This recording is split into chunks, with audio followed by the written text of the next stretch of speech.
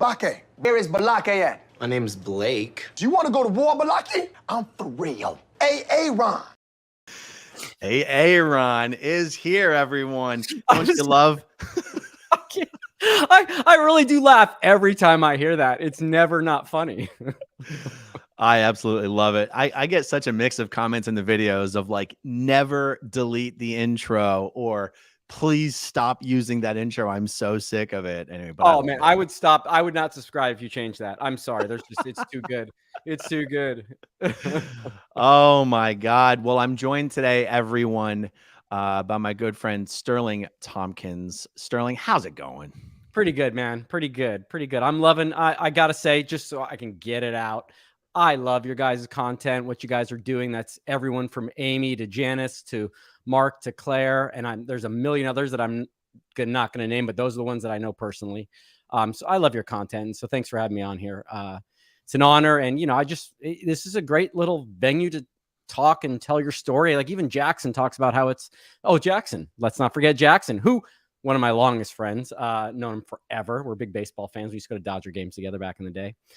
But yeah, it's just a great outlet, and it's good. And the more information, even if it's, in my opinion, even if it's, hey, here's how I coped or dealt with it, and maybe someone else is going through something similar, could help them out, then it's all good, right? Yeah. Well, to anyone who's ever worked at Scientology's international base, they of course all know who you are. Most of the people who've been watching all the Scientology content for, the last 10, 15 years or whatever, probably don't know who you are, but you are a member of the Miscavige family. Do you mind if I give a little bit of a description of this? Sure. Go for it. Okay. So most people who are familiar with the world of Scientology, obviously they know who David Miscavige is. And then I always lose track of how many years ago, like I'm going to say roughly 10 years ago, when Jenna Miscavige, it might've been 14 years ago by now. I don't remember. When Jenna Miscavige, David Miscavige's niece, wrote a book. Again, what's the name of the book? It's going to slip my mind. Oh my God. I can never, you know what? I can never remember because it's really long. Okay. I'm going to pull it up. My Harrowing Escape. I know it's my Harrowing Escape. I'm going to pull it up right now. Beyond Belief, My Secret Life Inside Scientology, and got to load the page. Beyond Belief, My Secret Life Inside Scientology, and My Harrowing Escape. See, hey, I got 3 words right. 4 words. My harrowing. No, 3 words. Yes. So back when Jenna wrote that book, it got a ton of press. Jenna did a ton of major mainstream media interviews. So a lot of people are familiar with Jenna Miscavige. Yep. You are Jenna Miscavige's half brother. Mm-hmm. So that makes you David Miscavige's nephew. But you also married the sister of David Miscavige's wife, Shelly. So you were both half David Miscavige. Half sister. It doesn't matter. No, I just want to make sure it's clear. This isn't a cousin thing. Half sister. Though Shelly did once make a joke about being incest. She did once make a joke to me about that. And I actually had to go back and look up that word when she made the joke because I had no clue what she was talking about. But, yes. Only in Scientology could you be David Miscavige's nephew and brother-in-law at the same time. And nobody thought that was kind of weird. But anyway. And I got ripped off because I was expecting 2 sets of gifts for my birthday and I only got 1. So I would like a redo on that. That was, yeah, don't get me started on that one. But yes. Do you feel like your Sea Org experience or even your experience since leaving the Sea Org and leaving Scientology, do you think it was better because you were part of the Miscavige family or worse? That's an interesting question. And there's probably a few anecdotes that are funny about that you could say worse or better. There's a specific, I have a twin brother, as you know, Justin. We look nothing alike. I wish I had I should have sent you a picture, but I didn't ask him. So, but there was, I've never seen a photo of your brother. I've never met him. I've never spoken to him. Nothing. That's crazy. Well, okay. So I have a twin brother. Just to explain the family thing a little bit. So my twin brother grew up with Jenna. I grew up with my half brother, Nathan. So parents were married. They split up. My brother, Justin, went with my mom, Biddy, and I went with my dad, Foster. Biddy and Ronnie, who's Dave's brother, had a daughter, and that's Jenna. My parents, Foster and Barbara, my stepmom Barbara, had a son named Nathan, who's my half brother, who I grew up with. And then we all met back in the middle at some point. So Nathan actually looks just like me to some degree, and my twin brother looks absolutely nothing like me. Like, you'd be shocked if you saw it. It's pretty crazy. And that's who grew up with Jenna, and he's mentioned quite a bit in the book, obviously more than me, because they grew up together. I mentioned a few times in the book, she talks a few stories about when we saw each other at the base, but like Jenna and Nathan, they both went to Florida. So Justin and I didn't see them for almost 8-10 years, I would say. So weird. Yeah. It's a weird family. You know what's crazy? Family. It's crazy that I had a twin, you have a twin, and yet because I've never met your twin, I constantly forget that you have a twin. I always think of Nathan as being like that. He must be your fraternal twin. Like, I always forget that Justin even exists. I know, it's crazy. And even on blogs back in the day, right when Mark started with Blown for Good, people would write about the family. Sometimes they'd mention my mom, they'd mention other people, and then they would actually just leave me out. Because they didn't realize that there was a Sterling there, or in some cases they would say it. But back to your original question, which I believe was the scenario, and I'll give you a perfect one. Mark has spoken about this famous Int Base survey about whether you wanted to live on base or off base. I remember that survey. I mean, it was horrible because I had no clue it was a trick question. Of course, and I thought and I was very honest. I was like, hey, of course I want to live off base. I don't want to work and sleep in the same place. That just doesn't make sense. I'd like to get out and get some space.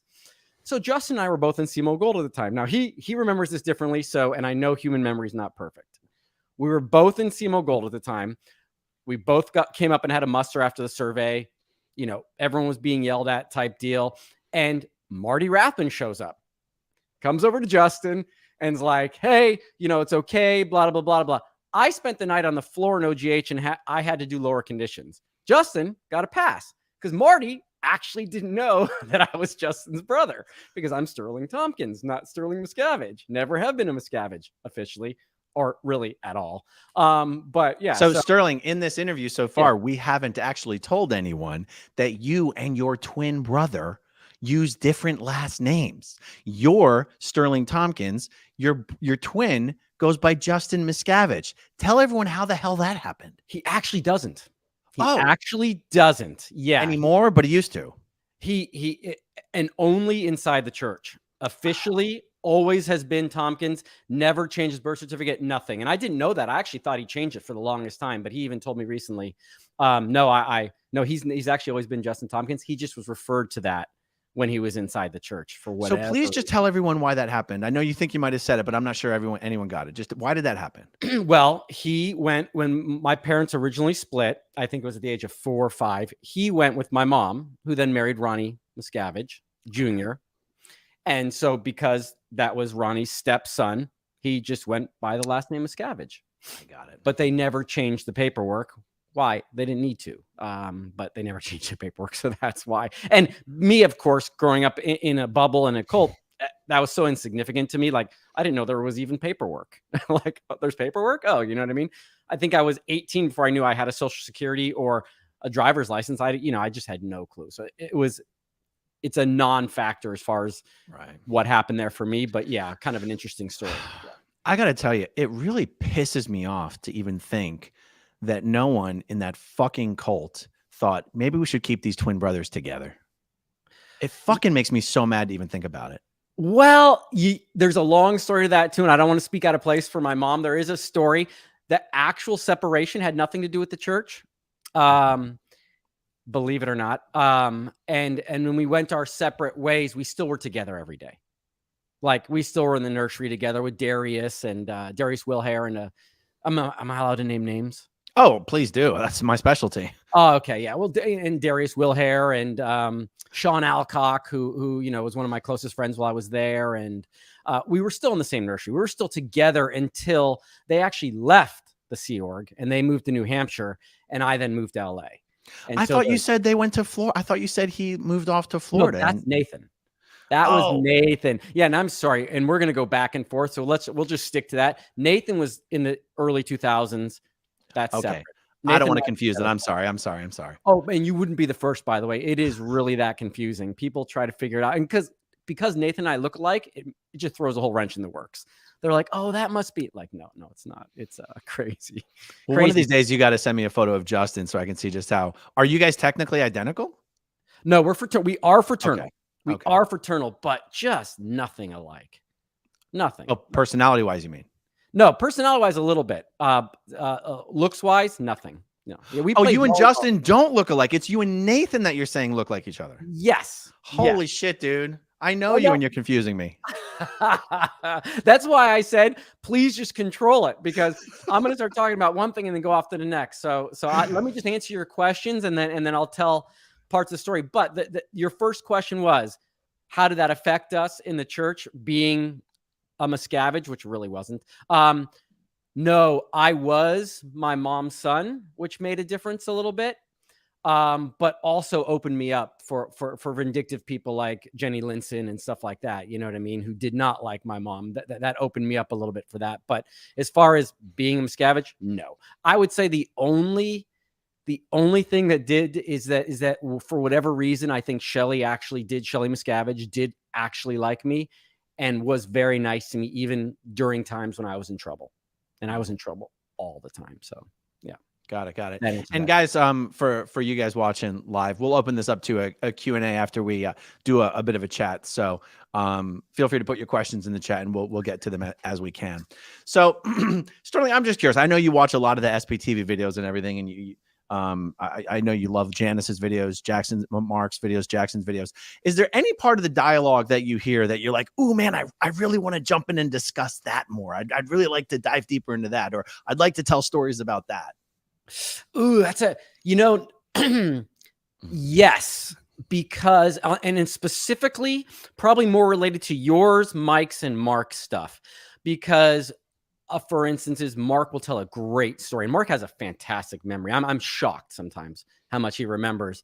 But there's these little anecdotes at the end of things, little information. So when I'm watching him, I will sometimes actually say out loud, wherever I'm at, I'll be like, oh no, she was there too. And like, no one's listening, but I'll just be like, oh, she was there too, because everyone has a different view and everyone has that little piece of information that adds to the story. So yeah, from time to time, I'm like, oh, you know what? Who else was there? And I think I even told you a little bit of a interesting part of the story about the beautiful young lady that had the accident up at the Gold Base in the electrical thing chasing the squirrels. Oh, Rick Moxon's daughter.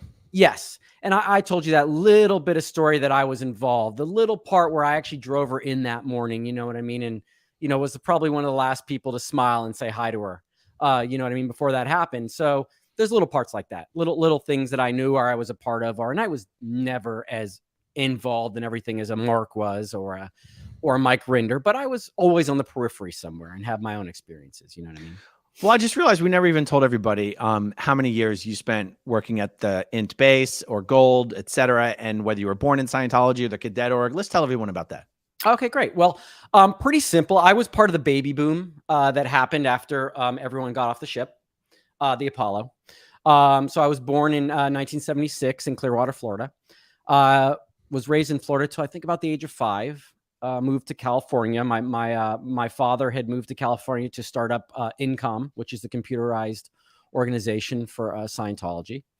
So I moved there. At the same time, when I moved to Florida, to California, as I mentioned, Justin had actually moved to New Hampshire. So there was a 4 to 5 year period where we were separated.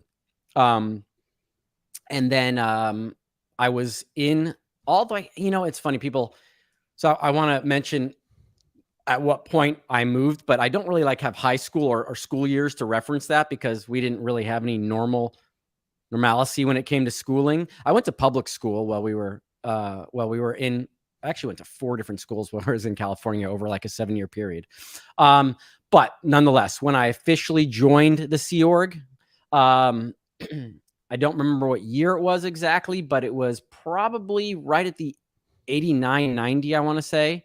I was in SEMO PAC for about a year and a half, and then the Int Ranch started. So people are going to find this interesting because as it compares to other stories that they've heard, technically speaking, it sounds like you were born into the Sea Org, and yet it sounds like you didn't necessarily live the life similar to the stories we've heard of other people who were born into the Sea Org. Like, were you a cadet? Were you in the cadet school and all that stuff? I actually got kicked out of the Cadet Org. Yeah, I got kicked out of the cadet school. So, but I don't mean to detour your entire story, but I just mean, like, when you say I joined the Sea Org in 1980, whatever, in LA, up until then, were you living kind of a normal, regular world life? see, and this is one of the reasons why, yes and no. I was very lucky in the parents I ended up with to some degree. And even though now I don't talk to them, it breaks my heart.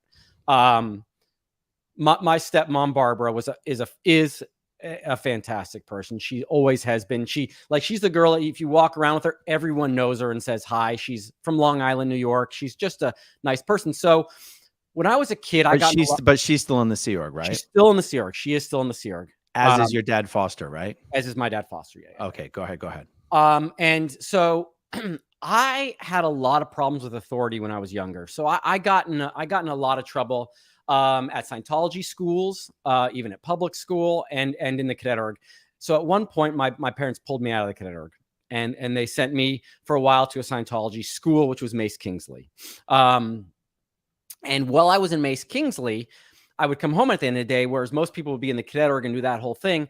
I would actually go play baseball.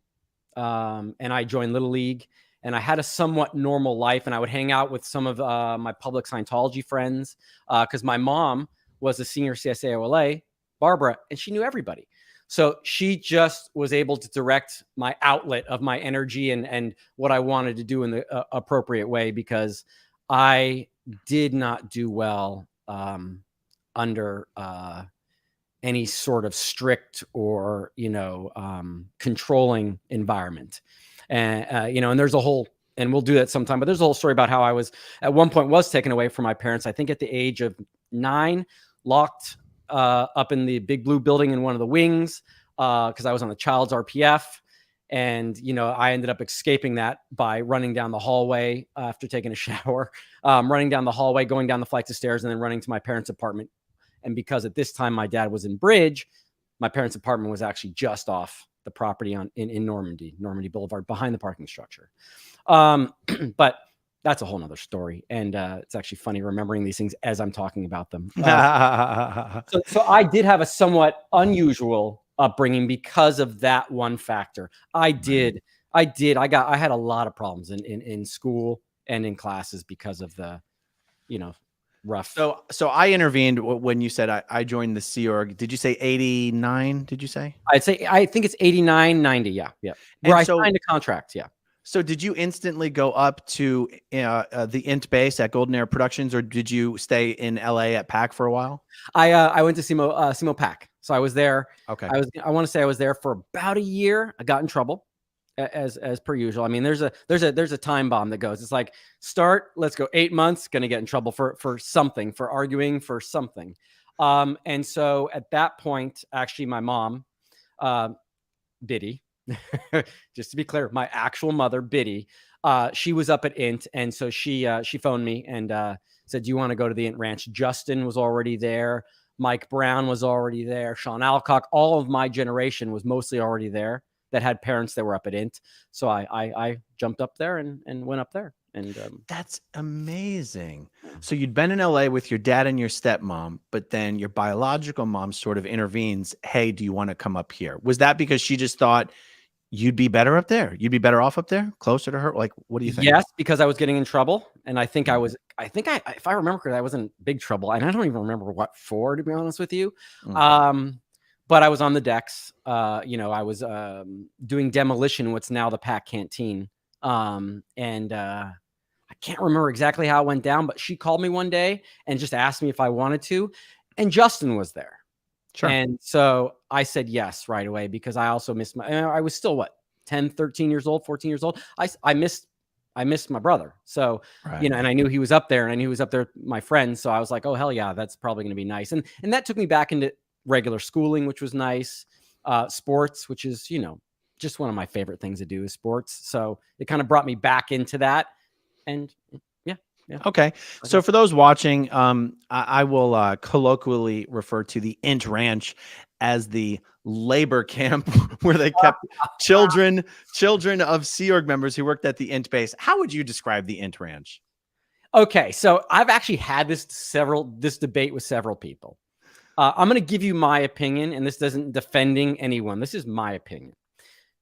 Labor camp, hard work, terrible when compared to any normal circumstance of what a child should be doing. In the particular case of the ranch, leaving LA, where I was living in LA, not a great area, going to the ranch, wide open, had to do work, didn't hate it, didn't think it was horrible. Later on, when you look back at the education side of it, yeah, that was horrible because they were just having us do reading, writing, and arithmetic. And I'll tell you how I got around that and why I love history and how I used to beat that system so I could study the things I wanted to. But no, I wouldn't say it was a horrible experience at the ranch. I would not say that. I think it got worse later on, but for the first group of us that actually arrived there, it was really kind of more free and easy going. And we did the work, but we got to play the sports. We got to ride our motorcycles. We got to go hiking, you know what I mean? And do all these other fun things that you felt at that age, like, oh my God, this is awesome. I kind of can do all this stuff. That does not negate anyone's experience. Megan Anderson should never have been hauling rocks. Jeremy Granis should never have had a shovel hit him in the forehead. And children should not be doing labor. Yeah. But I didn't find the experience horrible, but I also didn't have anything to compare it to. So I don't look back on it and go, I was damaged because of it. I tend to be glass half full. So I go, I learned a lot there and I got to play sports. And really, if you add, I'll remember the sports more than anything else, just because whenever I had a chance to get on the sports field, we were out there. You know what I mean? Is it weird for you to know Megan as Laura Anderson? Like, will you always know her as Megan? Now, she was one group below me. So what does that mean? She was a pre-cadet or a child when I was a cadet. So I didn't have a lot of interaction with her back then. Got it. You know, like I couldn't tell you a time when I had a conversation with her, if I had to be honest. I see. I'm curious from that. Yeah. I'm sorry, I cut you off. Her brother, her brother Jarrett, though, was more in my age group, so I knew Jarrett Anderson much better. Yeah. I get it. Who stands out to you? Who do you remember the most from that time? Whether it's kids, cadets, or the adults that were in charge of you. Like, are there any personalities that just stick out the most to you? Okay, so we'll go with adults first. Dan Probelski and Leslie Epstein were two, because Dan Probelski and I did not like each other. This goes right back to me in authority. Like, I did not like him. He did not like me, but he was the head of the ranch. And everyone was like, Mr. Probelski. And I was like, okay, whatever, Dan P. That's how I was. I just didn't, you know what I mean? I found Leslie, as controlling as she was, she had a calming influence to some degree, you know what I mean? Because she was a mother, you know what I mean? And she was, my experience with her, even though she could be pedantic to some degrees and super specific, I actually enjoyed being around her for a little bit, you know what I mean? Because she helped me a little bit find some ways around things, you know what I mean? And to deal with stuff and didn't really shove things down my throat. So I got along with her. But on the other hand, Dan Probelski, who was her senior, couldn't stand him. So she knew when something was beginning to boil, she knew to pull me aside and have a conversation with me. So those would be the two people that I think. And again, the ranch changed drastically after I left. Right. What about the other cadets that were there with you at the ranch at that time that you remember the most? Mike Brown, a stand-up guy, one of my longest term friends, fantastic person. And he's got, I wish someday you get him on here and he tells his story, because we've got one day we've got some fantastic ranch stories, like just hilarious about people sneaking in sugar and we could do a chat, the three of us sometime. Oh my God, it'd be fantastic. And he was awesome. You can't not like Mike Brown. One of my closest friends was Brendan O'Hare, believe it or not. So never heard of him. Oh, okay. So he was on the John Brousseau hate videos.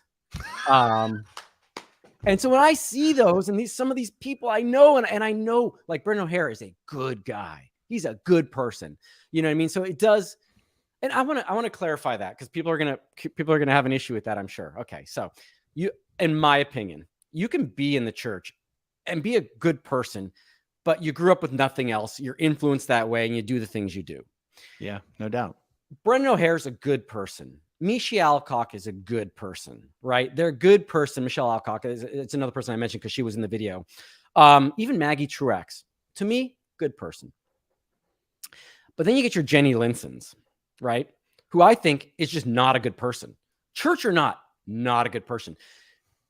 She made it personal. She took it to a whole nother level. If she does a hate video, you can feel it. When you see these guys do a hate video, you know they're just putting on the face as best they can because that's what they have to do. You know what I mean?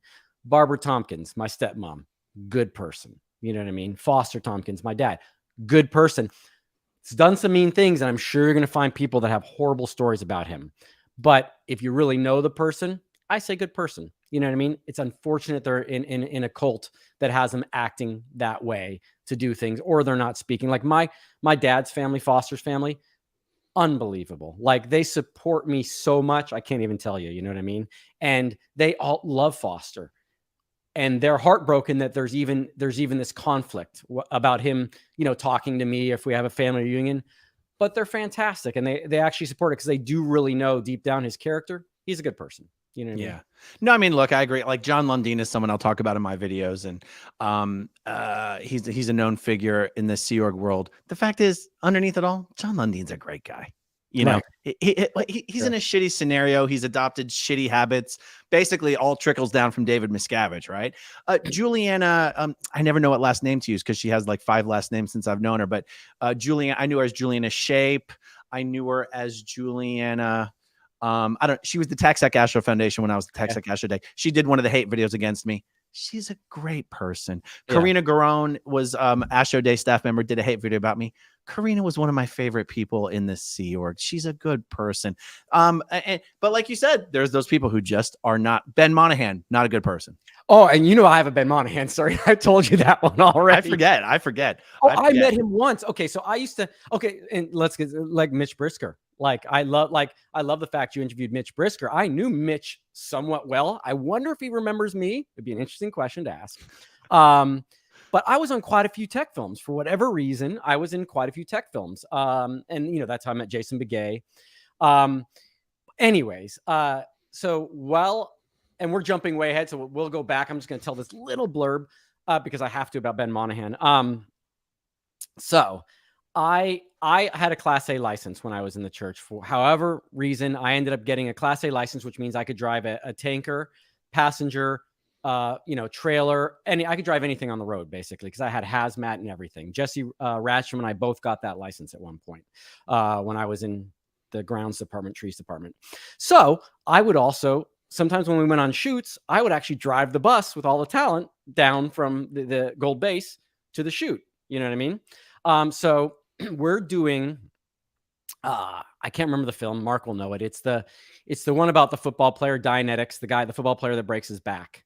Okay. The story of Dianetics. Yes, you got it. And so I get chosen as the guy that's doing, I didn't know I could see the chat. Catherine, I only met him once, but when you hear the story, it's just kind of funny. But I picked up his vibe right away. So I'm the guy doing the tackle in that film.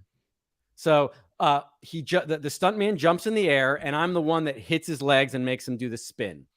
Okay, you can't ever see my face, but I'm that guy. So I don't know if Mitch picked that. I don't know who, but I was an athlete. I love playing sports, so I got picked for that role to be the guy that does it. Anyways, so Ben Monahan's in that. He's obviously one of the linebackers or one of the linemen in one of the teams. I can't remember which. So while we're waiting in between shots and Gold's setting up, we do some scrimmages. And Ben Monahan's a big guy. I'm 5'9". At that point, I must have been like 130 maybe. I'm 150 now. I was 130, so I was a skinny kid. Anyways, we're staying in character. So we have offense and defense. So I'm obviously on defense. And Jason Knapmeyer, who was a longtime friend of mine there, he's the quarterback. Ben Monahan's on the offense, so he must have been a lineman. But in this case, you got to be kidding me. That's okay. Yeah. How do I get the screen back? I've got you. Oh, I'm not up again. You're on screen. Just pull your browser. I mean, you're on. Okay, but I can't see anything anymore. Here it is. By the way, you have to forgive. That's going to happen. Is it there? No. Okay. Whatever. I can see you. Nothing changed on this end. No, I know. It's just weird. It bumped my screen out, so I don't know where I have to go to find it again. Maybe. Are you using a Mac or Windows? There you go. You're back. Gotcha. Okay, good. I just had to click on Chrome. And that might happen a couple more times. Sorry, I always have to keep my phone on. It's part of my job. Yeah. Okay. So long story short, so we're doing these scrimmages, and Ben Monahan, who's a giant guy, was like, doing the whole thing, and he was playing running back. And so the first play, he runs and he just barges through my entire defensive line. I'm playing safety, barges through my linebackers and gets to the third level, and just runs over everyone and knocks me over the first time he does it. I'm just like, wow, okay. And so they really want to win. So they're not even going to pass. I mean, he could be what, like 6'3", 270 or some shit? Yeah. So I was like, okay, this is not going to be fun. Anyway, so they line back up again. We do the whole thing. Nat Meyer hands the ball off to Ben Monahan. He makes it through the line, makes it through the secondary, gets to me again. I'm like, okay, this guy's a little Forrest Gumpish. He's just going to run in one general direction. I get that. He's not even trying to make a move. He's just going. He's just barreling. And so I get in front of him and I let him hit my shoulder that spins me around. But I'm fast, and that dude was slow. So he hits my shoulder. He thinks he's got like 30 more yards in the end zone. He thinks he's got it. I turn around, I catch up to him, I strip the ball and then knock him over and push him down, and I return the ball for a touchdown. Jason Natmeyer, very competitive, gets all pissed off. And he's like, oh my God, I can't believe you did that. The very next play, because we're just doing a scrimmage, so there's no kickoff, it's just right back to offense, defense. He does the very same thing, runs through the front line, runs through the secondary, hits me in the shoulder, and I ran back, stripped the ball from him again, knocked him over, and then took the ball all the way back for a touchdown.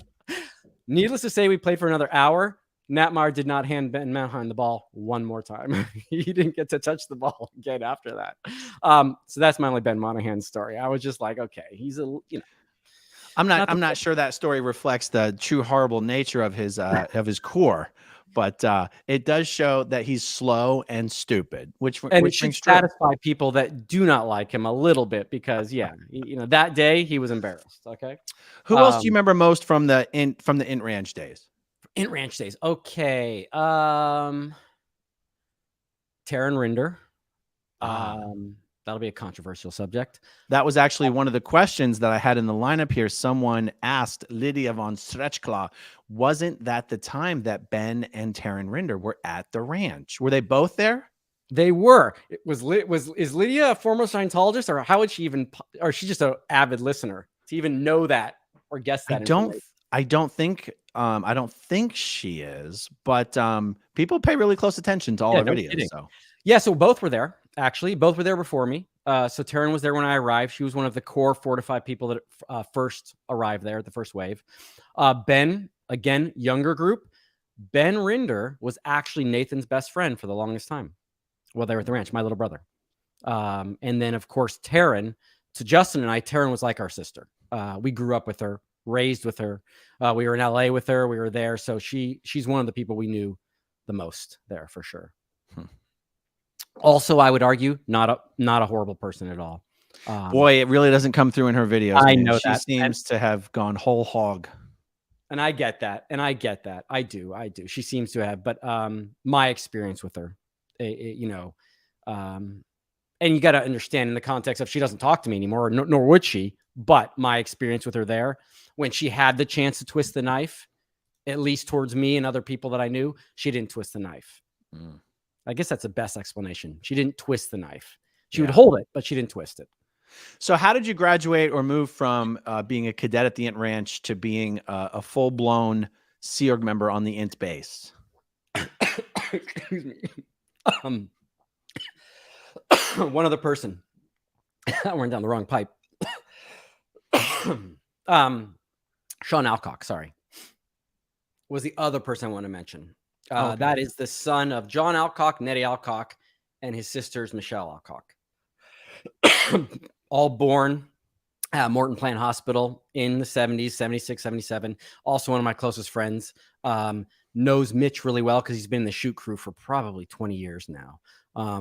Again, one of those people that if he left right now, in a second I would help him out because he was a stand-up person. You know what I mean? Yeah. And what was your question? Sorry. Oh, no. How did you make the jump from graduating from being a cadet at the Int Ranch to being a full-blown Sea Org member at the Int Base? That's a funny story because it happened in a weird sort of wave. Because at first we just were all there doing our thing. And then about 2 years into my experience there, they came to the ranch. They're like, okay, we need to get some people for gold. I think they were forming up or building something at gold. And so they grabbed Ottapa Willoughby and Nathaniel Epstein were the first people to leave. Did you say Ottapa Willoughby? Ottapa. Now okay, he's New Zealander. Ottapa was how we called his name. I don't believe that's actually how it was said or how you spelt it. Oh, because I was saying I've never heard of this person. Yeah, his last name was Willoughby. Let's just call him Willoughby. Okay. You know what I mean? We'll just call him Willoughby for that purpose. But he was the CO cadets for the longest time. Yeah. Actually, pretty cool guy. Favorite movie was General Patton. You know, like would always walk around like that. Really got into the whole character of the Sea Org and stuff like that. Interesting character. Him and Nathaniel left to gold first. They both got posted there. It was like a big deal for us. It was like, oh my God, they graduated, they got their GED. I believe they might've been a year older than me or something like that. And then about a year later, they came to the base again, but SEMO Gold did this time. And so SEMO Gold grabbed a bunch of people. And I was one of the first people that went to SEMO Gold on that next run of people. And actually, I can't believe I forgot this. And he can call me and yell at me after this for this. Mike Norton.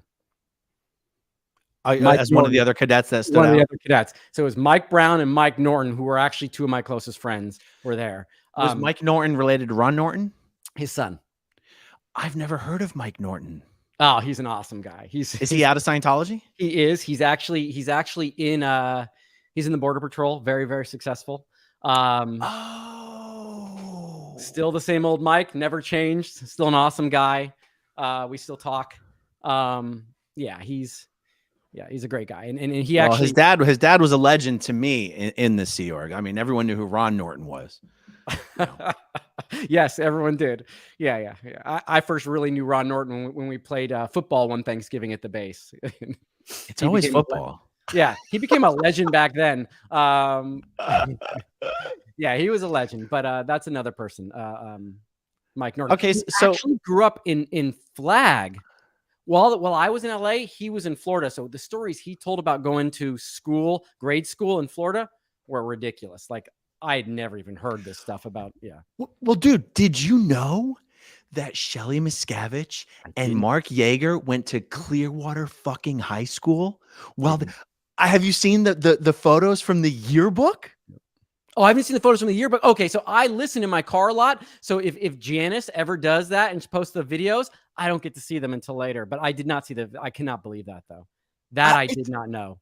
A photo of Mark Yeager and Shelly Miscavige in the Clearwater High School yearbook while they're practically one of the, senior executives in Scientology, but they have to go to school for legal reasons.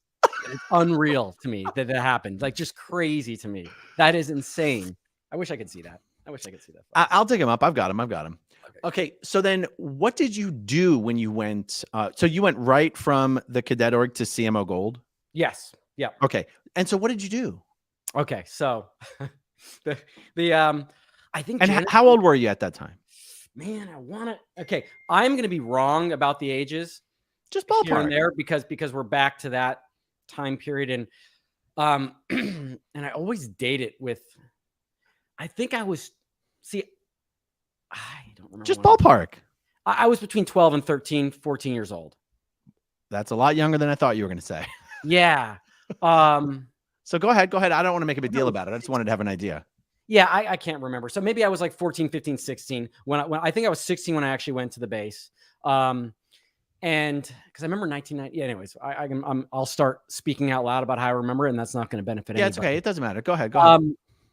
So I became, funny enough, and I'm always going to laugh, I became the pool IC. I was the pool boy. So I was in HU. Okay. Household unit in CMO Gold. I took care of the Star of California, the faux pool and ship. that's up at Gold. So let me tell everyone real quick. Yeah. If anyone listening or watching or whatever, just goes to Google Maps, okay, and type in Gilman Hot Springs, California, and do, the Google Maps will show you the satellite view. That is the Int Base. Zoom in and you'll see a giant swimming pool with like a giant wooden ship built next to it called the Star of California. And that is what Sterling is talking about. Yes. Yes. So go ahead. So all right. So you're a glorified pool boy. Literally a glorified pool boy. And it was, so I had to learn how to take care of a chlorinated pool. I had to get into the pond and waterfalls and clean the algae out. I had to take care of the peacocks. Actual peacocks And parrots. We had a blue gold macaw named Stevie and a yellow-naped Amazon. Forgot that person's name. And then we had an African gray. So I had to feed those guys every day, clean out their pen. I had to varnish all the wood surfaces, hose everything down. Basically, I was just doing maintenance every day there. Hey, Sterling, why were there wild peacocks or peacocks that needed to be taken care of? Well, I think it was part of the motif of the ship. If you were to get off a ship on a Polynesian island, there would be peacocks, I guess. Which, just so you know, if anyone not familiar with a peacock, their head is about that big, so their brain is about that big. Okay, so when I didn't want them shitting all over the place, so I had to clean it up, I would put a mirror behind the waterfall, and they would spend the entire day looking at themselves because they thought it was another peacock. So, and on 2 occasions, these peacocks jumped over the fence, walked in front of the qualifications building, and went to Del Sol, which then was in management. Now it's an auditing facility. It's HGC. And they once shit all the way up the stairs through the reception, all the way into IMEC conference room. And I had to go clean that up one morning when all the Int Base staff were coming in. I was picking up shit on the stairs. And I hated that, just so you know. Oh my God, that is funny. Guys, if you're one of the 1,500 people watching live right now, do us a quick little favor there and hit that like button. It's fast, it's easy, it's free, and it actually helps. Okay, so was your whole life at Int just being the pool and peacock boy? No.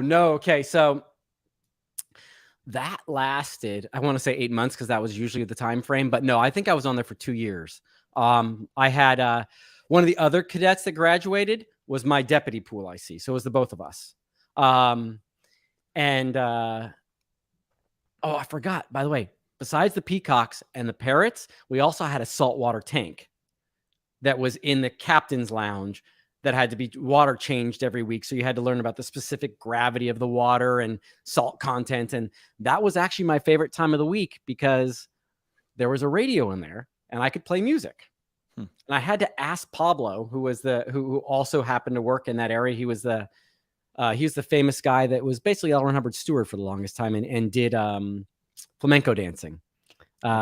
He'd been there forever. I had to ask him to turn it on for me every week. And if he was in a bad mood, he wouldn't turn it on. But if he did turn it on, I could spend 2 hours listening to music while cleaning out the fish tank. And that actually was the highlight of my week. It wasn't scrubbing the pool or anything else like that. I didn't enjoy that or dealing with the chlorine, but it was. So a male Sea Org member at the Int Base known for being a flamenco dancer. Did Miscavige like to tease that guy for a particular reason? You want to talk about special?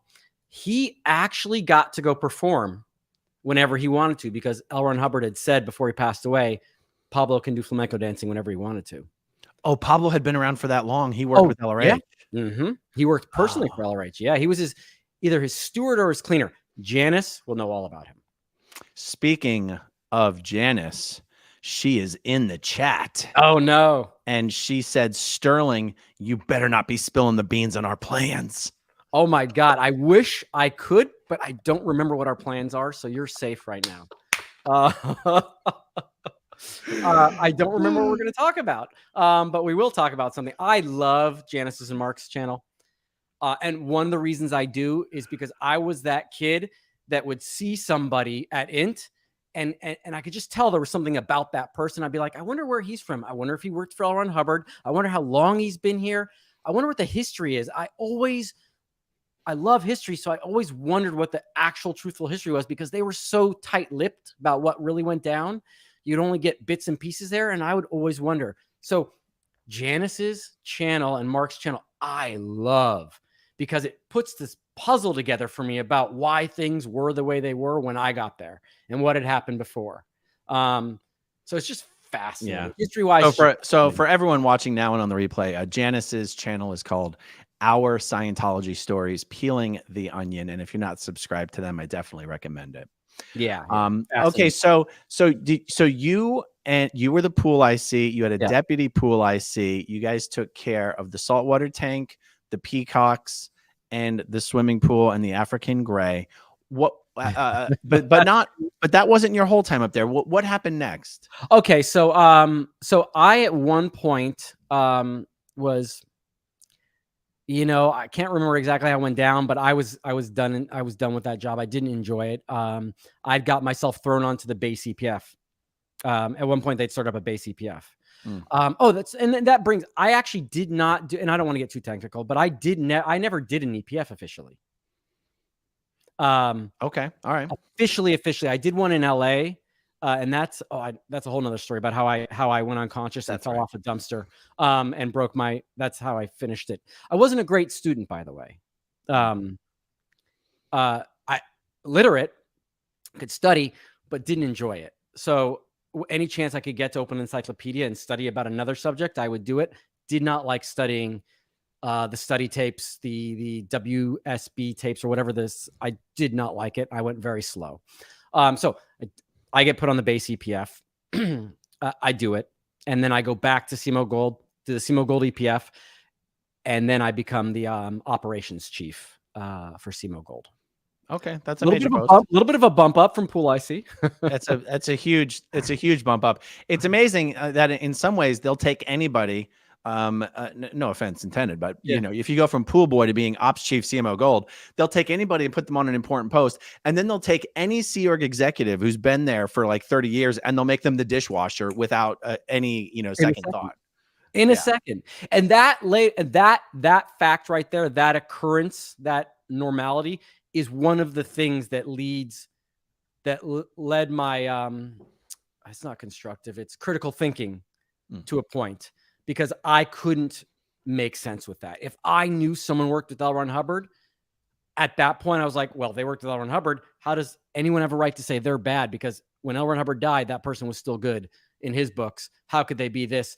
That never made sense to me. I could not put those two things together because at that point, he was a deity, right? He was, his judgment of people could not be questioned. If he thought they were good, they must have been good. Because how could someone with so much ability not have seen that the person was bad?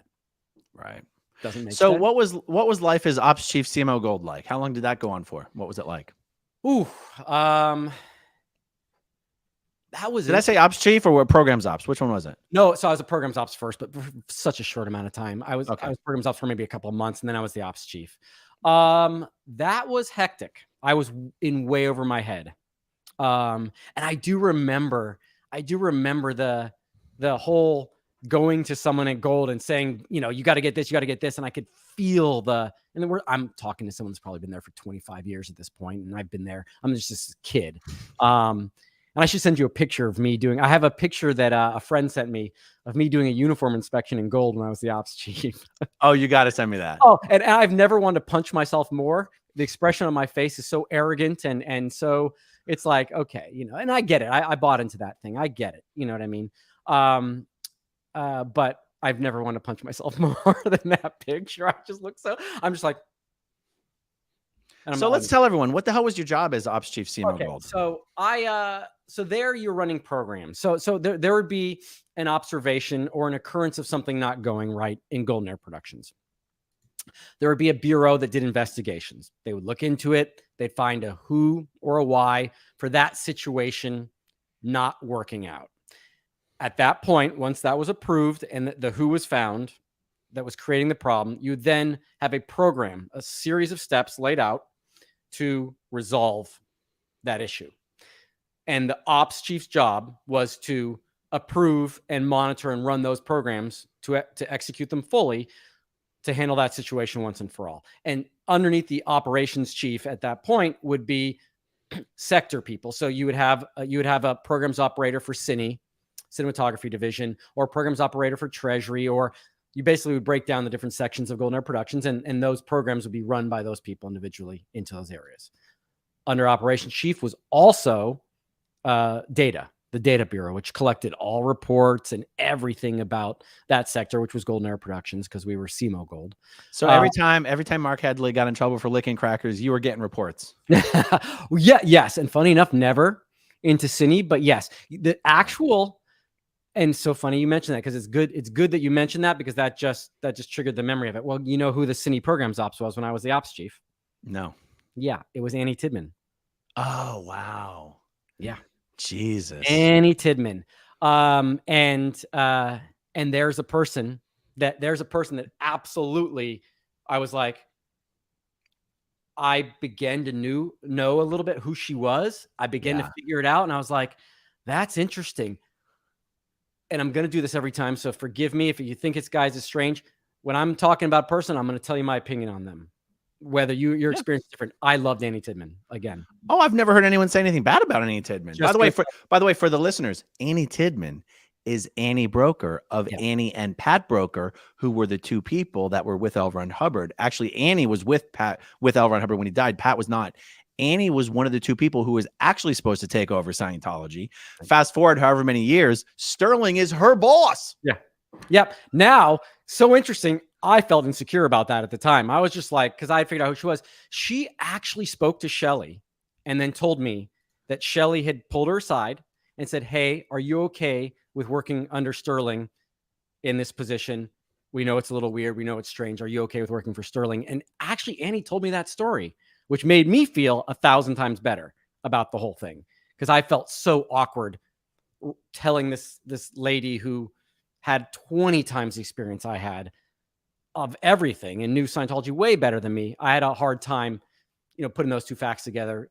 Everyone else that was in my division, everyone else was my age or younger. You know what I mean? This was the only person. She was like a good 20 years older than everyone else in our area. So it was a kind of a funny position to be in. But she was gracious, kind, and never rubbed it in, never made it hard for me, never just helped me out whenever she could, gave me tips, and she was a sweetheart, for that. I think it's one thing that people would be really fascinated by if they truly understood that in Scientology management, yes, you have David Miscavige and a handful of other like actual adults, but for the most part, you have teenagers running the entire fucking show. 100%. Yeah. It's insane. Yeah. But that's because we're all immortal spiritual beings and your age doesn't matter. And there's no such thing as children. And you're all supposed to be able to tap your knowledge base of the last 76 trillion years. And and that's how you wind up with teenagers running the show. Yeah. Right. And relatively inexperienced. I mean, like, not relatively, sorry, super inexperienced. You know what I mean? Like, how even, you know what I mean? Anyways, it is. And if you go back and you look at some of the people that got there faster, that went in the ranks faster and got to higher positions faster from the younger group, it's about ambition. It's about who you're willing to throw under the bus. It's about what you're willing to do, how far you're willing to go. You know what I mean? Where you have to have some cognitive dissonance about throwing someone else under the bus. And to me, that was never. And at one point, I remember when I there's a whole long story of how I left CMO Gold, which it's too long of a story to talk to. It needs to be its own subject, I would say, because it has everything to do with Dave Miscavige. But I just remember going at one point, man, I would really just like to be doing the work myself, telling people all the time, do this program, do this, send me this, do this. It's like, man, it'd be fun to actually, shoot something myself or do work myself. You know what I mean? It was beginning to wear on me a little bit. Now, I didn't want to do pool work. To be clear, did not want to do labor. Couldn't stand doing labor. Hated it. I wanted to do something or produce something, and that sort of thing. And I was on, even when I was in CMO Gold, I was on the set all the time. You know what I mean? And I loved being on the set. So that's how you knew Mitch. That's how you knew Mitch. Yeah. Yeah. And again, you'd have to ask Mitch. He might know why, but he cast me quite a bit on stuff. You know what I mean? And I don't know why. No one ever explained it to me, but he definitely did make that casting choice several times. You know what I mean? And well, let me ask you this just to connect some dots since of all the viewers in the SP Nation. How much did you know Mark Headley at the base? Pretty well. So, and I'm not looking for deep dives because I'm going to name a handful of people that all our viewers mostly know. But yeah, I knew Mark pretty well, and that was because of my time on the set. But after I left CMO Gold, I used to do a lot of work because of my driver's license and my ability to drive a truck. I used to do a lot of work for sets and props and would help out from time to time and do things back and forth. And so I got to, they became friends, and it became I had a whole relationship with Cine that was sort of on the side, you know what I mean? Where I got coverage from them. And that, again, that's a whole another great story because that involves everyone. But that is how I mostly knew Mark. It's funny you keep specifying Cine, and I realized that, because I was never at Int, because I was never at Gold, when I think of Gold, all I think of is Cine. I keep forgetting Cine was just a part of Gold. Yeah, that's right. And don't forget marketing, because I ended up being in marketing much later. You know, I didn't even realize marketing was part of Gold. I thut that was IMPR, totally separate. No, IMPR is PR. Marketing's marketing. CMU was marketing. Oh, I didn't even fucking know that. Yeah. Okay, so you knew Mark. How well did you know Claire Headley? Claire was my supervisor on the life orientation course. Oh, before she was promoted to RTC. Promoted, yeah. She was a super. Oh, right. Yeah. She was just a sweetheart. She was just this nice person. And funny enough, I never had interaction with her when she was in RTC. Never interacted with her, and that's surprising. But when she was in Gold, I just knew her as Claire. I knew she married Mark. She was my supervisor on the LOC course, which I did with Kenny Siebold. Nice. Remember, Jackson will remember Kenny Siebold. Okay, so you knew Mike's kids, but how well did you know Mike at the base? Not well at all. And that's just help everyone understand why. So I was this kid in CMO Gold, and eventually in Gold. Mike was the LRH Pro when I first got there. He then, I believe he was over OSA. So he was all external facing. So I saw Mike more on TV, on a screen in an event, than I saw him in person for the majority of my years there. When I was at the ranch, Int Ranch, and we would come home on the weekends, I would see Mike because Mike and his wife lived with Ronnie and Biddy. And so Taryn, Benjamin, myself, Justin, Jenna, and Nathan would come home on the weekends, and then we would see Mike at the end of the night. But even then, no interaction. I knew Mike's wife more than Mike. Interesting. Yeah. Okay, and so Gary Jackson Moorhead. How well did you know Jackson up there? Very well. Very well. For whatever reason, Jackson and I always hit it off. We were friends. Even when I was in CMO Gold, he was running security drills and stuff like that. He just was. Everyone should be able to know by now. He's just a lovable, likable person. He's a giant teddy bear. And I loved his drills, his fire drills and all that. I just dug that stuff for some reason. WQSB drills, search and rescue, all that kind of stuff. So him and I just always got along, and I always looked forward because he would get up in front of the entire base on Saturday mornings and run fire drills and different drills before we started renovations. And I always looked forward to it, probably because it was close to sports. We'd actually have contests on rolling up fire hoses. And I love doing it. It's so funny to me. I think to Jackson, being a firefighter is to Jackson what sports is to you. Yeah, exactly. So, so Jackson is quick question. Jackson's role as security chief, was that on the IMEC org board, or was that on the Gold org board? Gold org board. He was in Division 3 Gold. He was under Gerald Duncan. So as CMO Gold, you were senior in a senior org to Jackson, but you guys had a good relationship. And I was actually the security programs ops before I was ops chief. As CMO Gold security programs ops. You got it. And, and Jackson's going to love it. You love this. You know what used to bug the shit out of me? And this was ego. I couldn't go in the security booth, even though I was that. I could go everywhere else. I could boss them around, but they wouldn't let me in the security booth because they didn't want me to see the cameras, because I could be a threat someday. And that pissed me off to no end. Wow. No end. And it was mostly Uwe Stuckenbrock, who was later the security chief, that used to run that on me. But that pissed me off to no end. When I want to talk to them, they'd open the security booth back door and then shut it real quickly so I couldn't see inside. I was just like, fuck you. That's actually pretty ballsy to treat a CMO guy that way. But that lays into that goes right into Dave and his org board, because security he could go directly to security and did. So there was a little bit of a balance of power. How much could you do? Because I could order in there and do something, but I could be overwritten very quickly. So it was a weird, because they had a direct line to Miscavige. They didn't really take any shit from anybody. exactly. Yeah, super interesting. You know, Miscavige really likes creating that. I was going to say hidden data line, but that's the wrong Scientology term. But that bypass on the org channel command lines. Whenever he goes to a cont, there he will establish direct lines with people that bypasses the entire management structure. It's the exact kind of thing for people who still care about the Scientology bubble.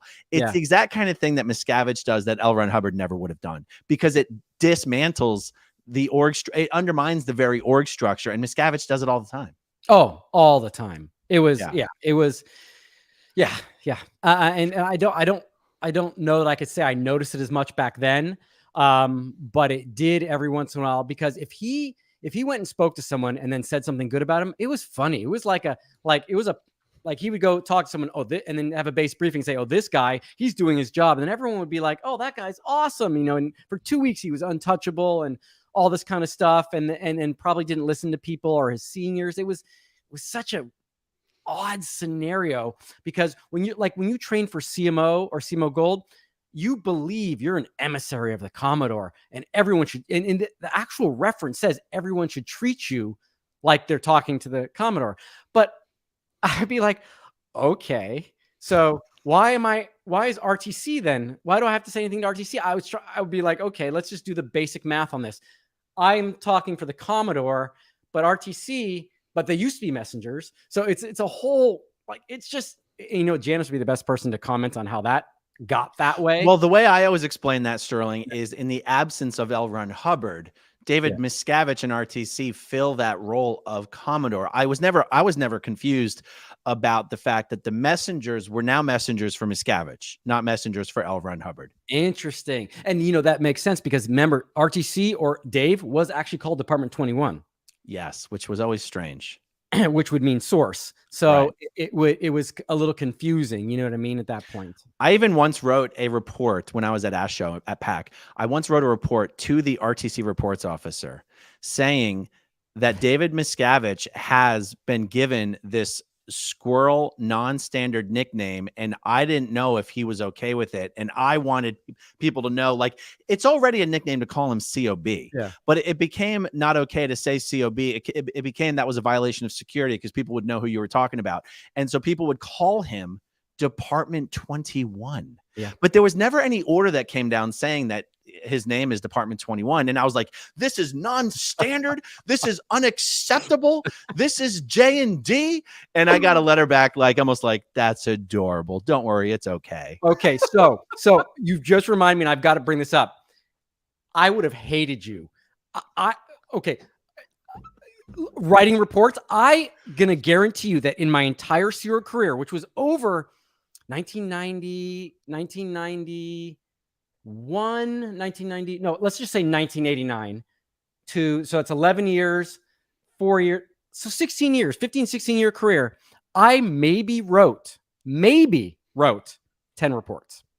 Well, in 4 years, I wrote hundreds of reports, and I still have them all. And that part, I mean, it boils a little bit.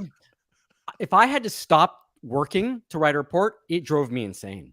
I was like, wait, I have to stop doing actual work that's going to go back to something that happened. Like, I hated it. I could not. I was the opposite. I was like, I've got to go to my office. There's a report to be written. You were like, stretches. Okay, here we go. I got this. Oh, and I'm going to CC this guy, because I'm going to fuck him over. Couldn't do it. Hated it. Drove me insane. And conditions. By the way, one thing I never believed in, conditions. Not once, not single. I had on my computer all the formatted conditions, and I would just change the dates whenever I had to do a lower condition or I had to do a danger. I was like, what am I doing? Why am I stopping actual working to do this? This is insane. And it didn't apply. Affluence didn't apply. And then I was like, And if it did, then why are we canceling exercise time? If I'm in affluence, why am I? Anyway, we'll get That's amazing. on that one. Yeah. So I'll tell you what, I mean, since we could go on for dozens of hours, how about we jump over to answering some of the questions that are in the queue? Yeah. You good with that? You want to do it a solid hour and 30? That makes sense to me. Yeah. Let's see what we got here. Okay. Okay. This is Gillio0315, first super chat. Congratulations, Jilly. Thank you for watching. Thank you for commenting. And thank you for the super chat. Loving all the SPs out there. Laura FM is in the chat. Megan Anderson, Laura Anderson. Hey, Sterling, question. Why does it say squirrel? Hey, Sterling, eyeballs, squirrel. Question. Why was someone like your mom sent eventually to the Int Ranch? She's a highly trained case supervisor. What did she F up on? Hidden at the Int Ranch with cadets. That's actually an interesting question. No one's asked that. So statistically speaking, Dave has busted every single person in my family a minimum of 2 times. And busted, to be clear, just means demoted or taken off post or their position. Barbara, it had something to do with the original back in the early 90s. She was in IMEC, so she was the delivery exec int or something like that. Services exec int? Services exec int. She was down in Florida with Dave when he was blowing the whole thing up, saying this is all wrong, no one's doing anything right. She got busted then. I don't know what for. You mean during like the whole FN thing and the first Golden Age of Tech thing and all that stuff, or just before the first Golden Age of Tech thing? Yeah. Okay. Yeah. So she was down. He was down there. Ray Midoff and all those people. She was down there. She was collateral damage. She came back. Your mom was SEI? Yep. I must know her face and just not know who she is, who she was. You have to know her because so when were you in? Okay. So I left in 2004. She was in PAC from 2003 till now. I was at PAC from 2002 to 2006. Yeah, you have to know her. Barbara Tompkins. She was the canteen IC in PAC for a little bit too, as I was told. Do you have a photo of her anywhere? You can show me later. Yeah, I actually have a photo of her behind me. If she was the canteen IC, then I know who she is. Yeah. She's So okay, Megan, answer your question. I don't know. That's all I know that happened. I don't know what it was. I just know that she was sent back from that, and then she was in services for a while, and then she got sent to the ranch. Okay, next one, John C. Is Leslie Epstein still at Int? I remember she was lastly in charge of the E-meter silver certing line. I believe she was. I heard she passed away. Sorry to hear that. I heard she passed away. I don't believe she's still there. Yep. Okay. Selena Michelle. Morning, Aaron. Hi, Sterling. Love my SPTV. Hit that like button. Yeah, guys, if you're one of those 1,700 people watching live right now and you haven't hit that like button yet, give it a little... You know what I'm saying? All right. Fat Cat's Heaven. Question. I was in Com in 1982 and Barbara performed our wedding ceremony May 2nd. I think she was pregnant then. Who was she carrying? Nathan. She was carrying Nathan. Yep. Your younger, my younger half brother. Yep. Yeah. That's crazy. Interesting. Yeah, he was born in October. So, yeah, that would make sense. All right. Matt Elliott, question. AA Run, does Sterling have a channel? If not, will Sterling be starting one? What do you think about this? No, I won't be. I have my interest in things I do and stuff like that. I support all your channels tremendously. I love to do interviews with you guys. I think it's my take on it would be fun and interesting. And so in lieu of writing a book, this is what I'm going to do. Because I could never write a book. So no is the answer to that one. All right. Yeah. All righty. Skipper of the land of Whoopats. Whoopats. That's one of the coolest names ever. Thank you for the super sticker. Love all the pictures. Another one. Mi español es mala, pero mejor que mi cienciología. So I think that means my Spanish is okay, but it's better than my Scientology. Wow. I can't believe you could read that. Okay. Yo hablo un poco español. Posiblemente más que solo un poco. And you actually sound, but I have no clue what you're saying.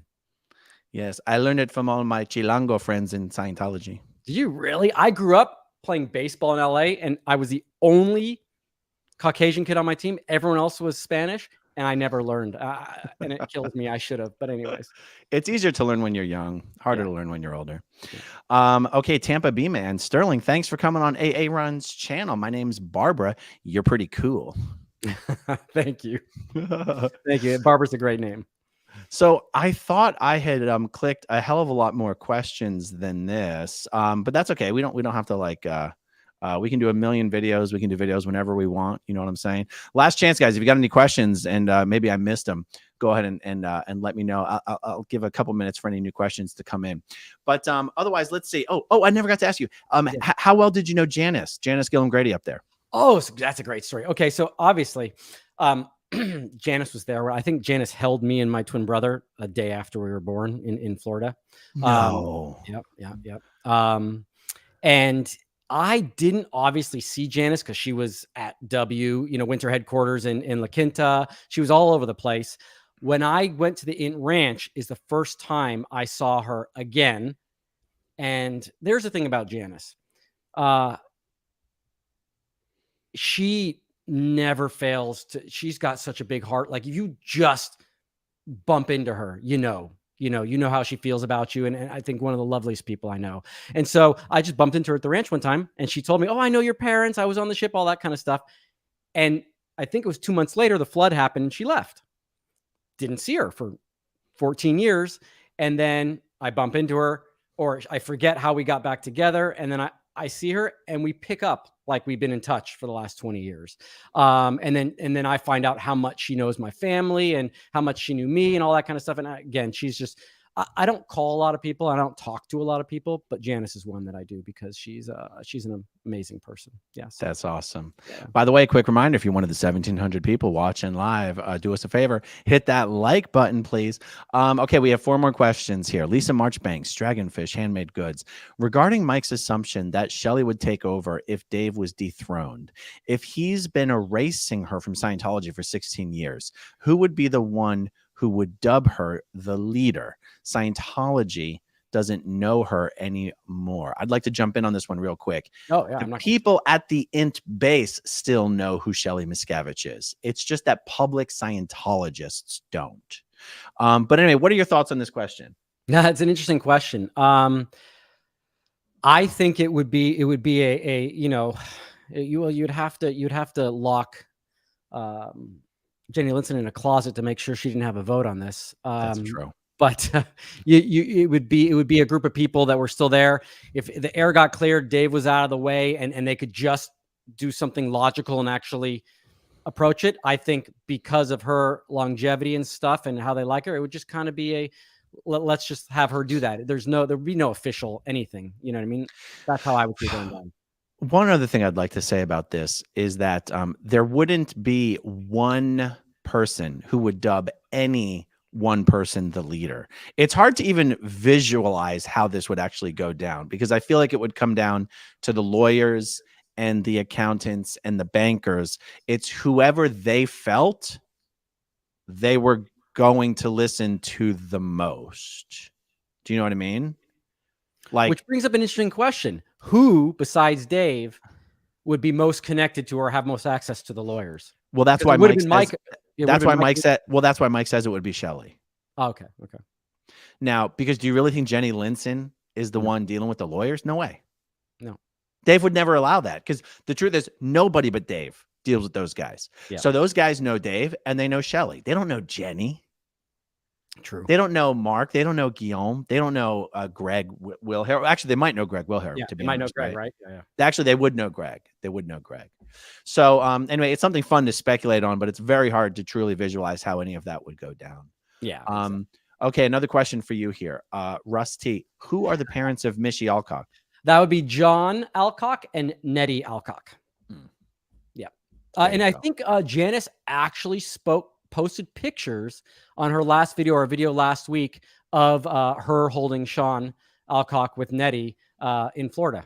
So if you want more about that particular family, Janice has some stories. I believe she posted about it last week. Wow, that's interesting. Yeah. Okay, we have one from John C. Tell us about Biddy. Where is she now? What can you say? What can you respect her privacy. Yeah. I can just tell you she's a wonderful mom. I love her. I talk to her every week, but I'm going to respect her privacy. But she's out of Scientology. She's out of Scientology for sure. Yep. Is there any Miscavige other than Dave that is still in Scientology? Ooh.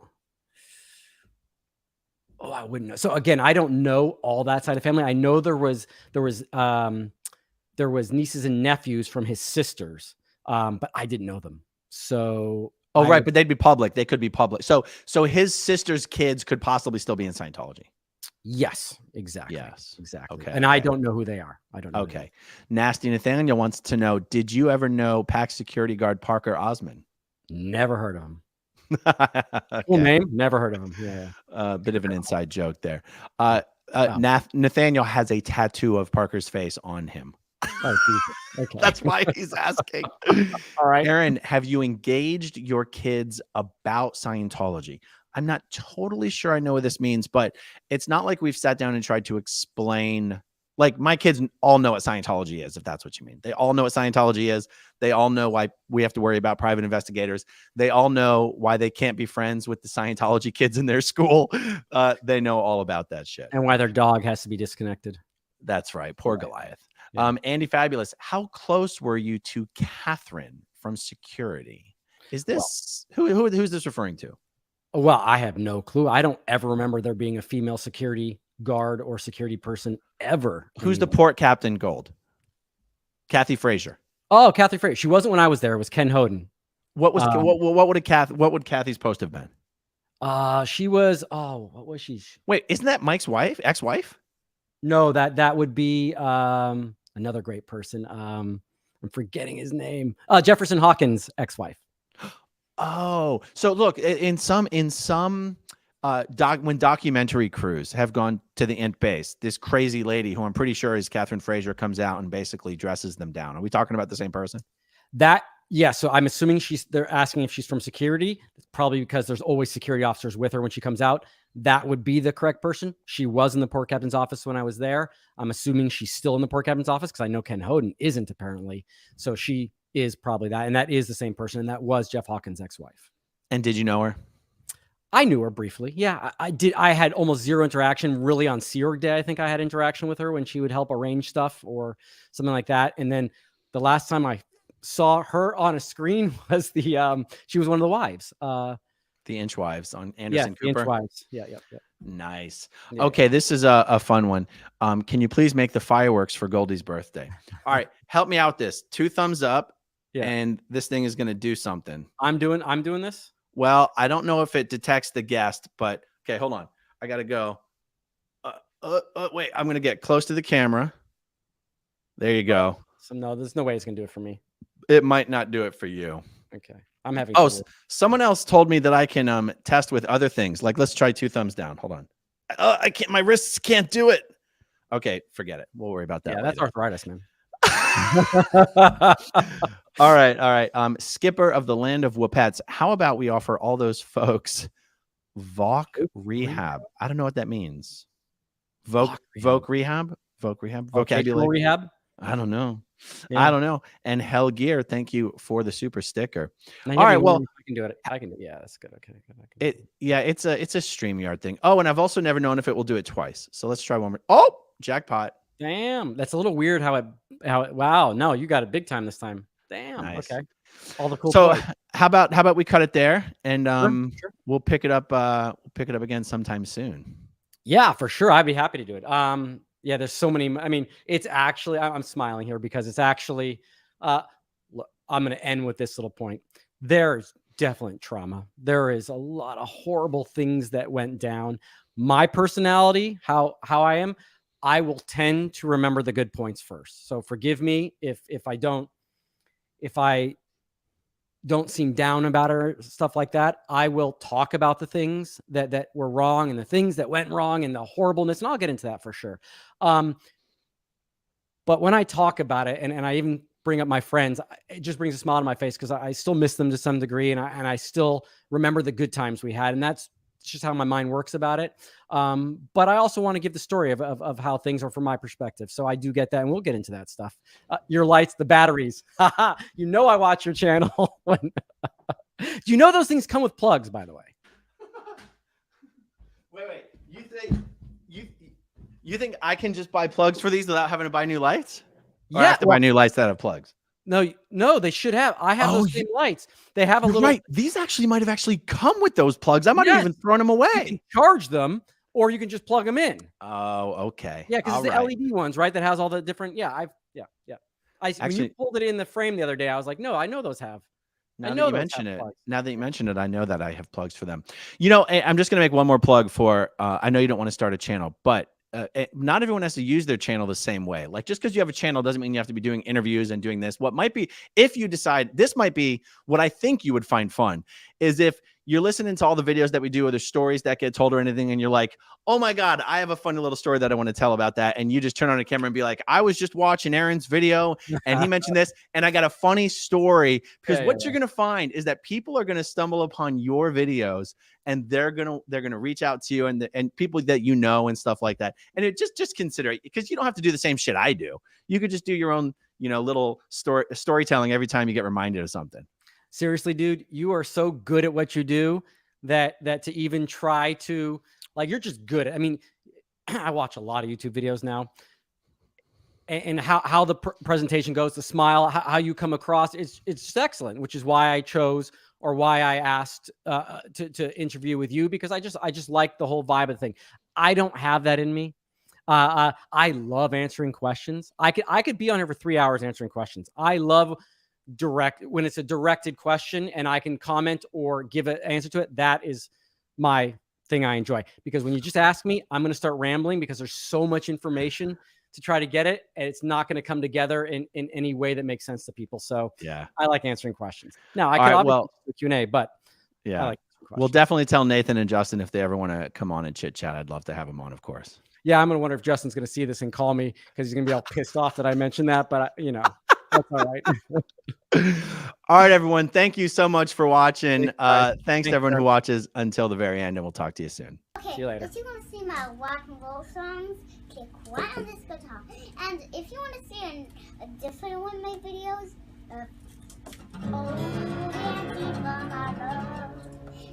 then you could click right inside here. If you have subscribed or not,